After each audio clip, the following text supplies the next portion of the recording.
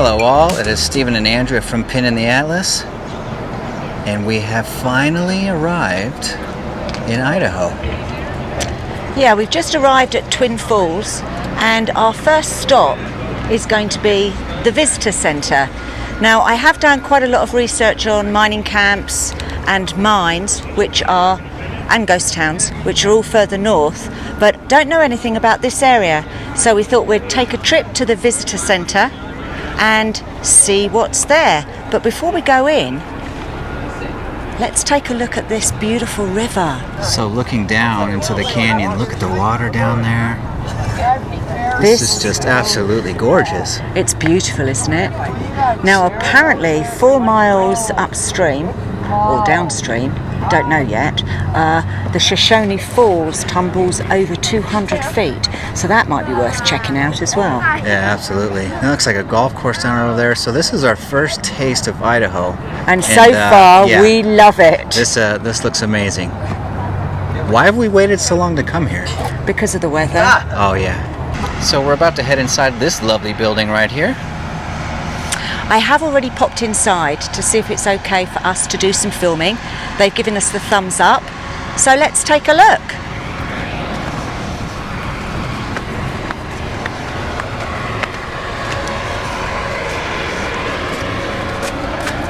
Puppy dogs, welcome. That's always a bonus. We like that.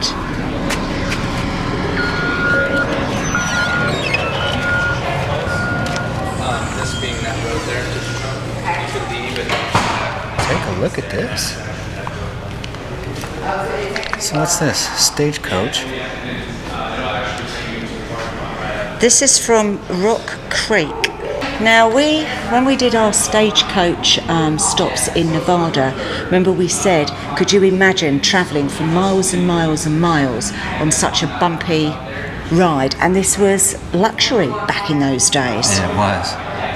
And you can see a close-up look of.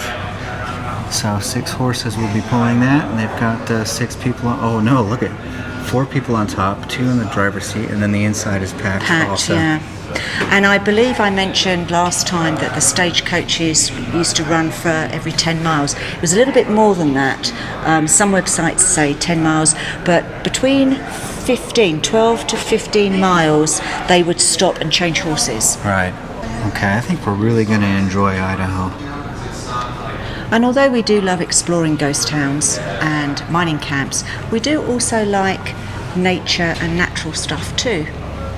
So these videos, some of them are going to be quite different than what we normally film. Hopefully you will enjoy them just the same. And then like with all visitor centers, you know, you got your t-shirts, your tank tops, some things to sell, some posters.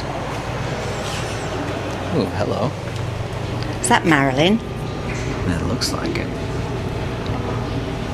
I have a question. Yes? What's huckleberry jelly or jam? What's a huckleberry? A type of berry. Obviously. That's about as much as I know. I don't know what they taste like. I've never had one, so I'm sure it's good. Oh, maybe we ought to buy one. Yeah, let's try it. And here is where we're going to find some places and things to film and explore. So, I'm not going to take too many, but I'm going to take the southern Idaho map, because we're just using a huge atlas at the moment. Yep. Oh, Ketchum. We have got Ketchum pinned on our list, so I'm going to take the Ketchum one. Craters of the Moon. Gotta do it. Gotta do it. And now this is a Japanese prisoner of war camp. Now we went to one in California, which is just off Highway 395. Yeah, Manzanar. We didn't do a film there because it was before we were doing YouTube, but we did write a long blog on it. So if you're interested in that, check out our website, pinintheatlas.com.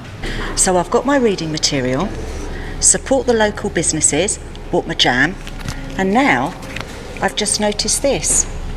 We can put a pin in the atlas. Why don't we put a pin in the atlas? So although I've been living in America for quite a few years now, I am going to put my pin from England.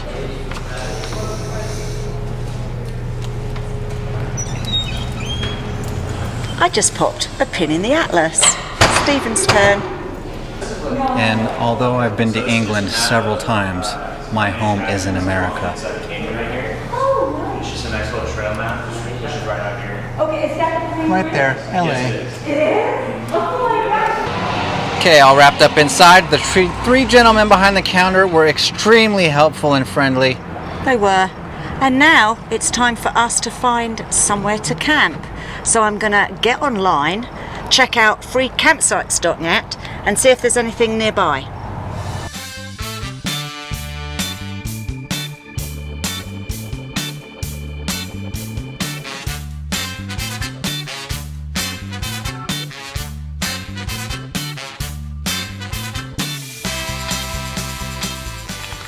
Just gonna walk along and show you some of the beauty here.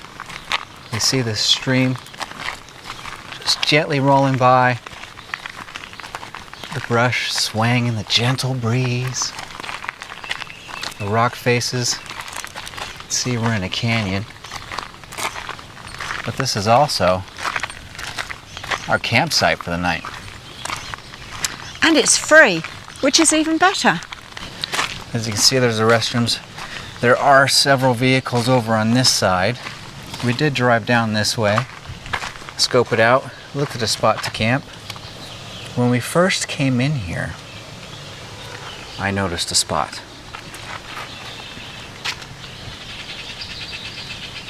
Back over there.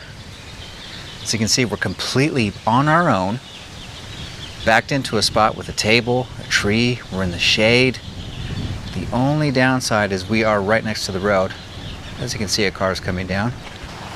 On the grass area in the shade, a better look at the Fritz Bybee Pavilion.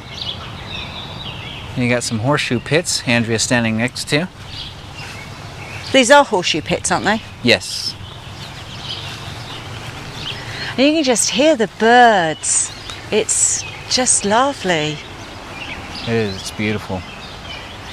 Oh, beaver, in the water, zoom in, quick. See him? Just going in. Just underneath, yep. Did you get him? Barely got the last of them.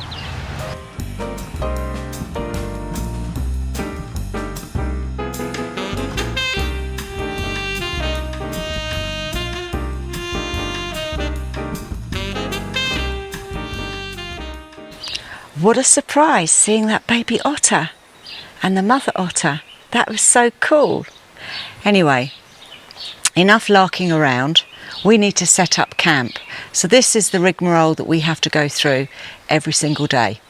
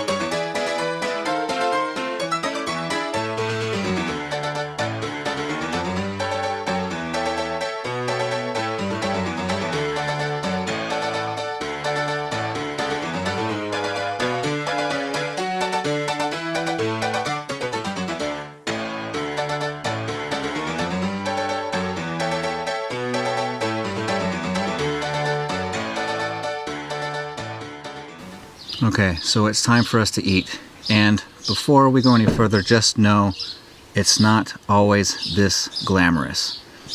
Yeah, obviously the weather makes a big difference. You try cooking like this when it's pouring with rain or if it's really windy and the stove keeps going out. We don't have a picnic table or we're parked on the side of the road, which we've done on numerous occasions. Yeah.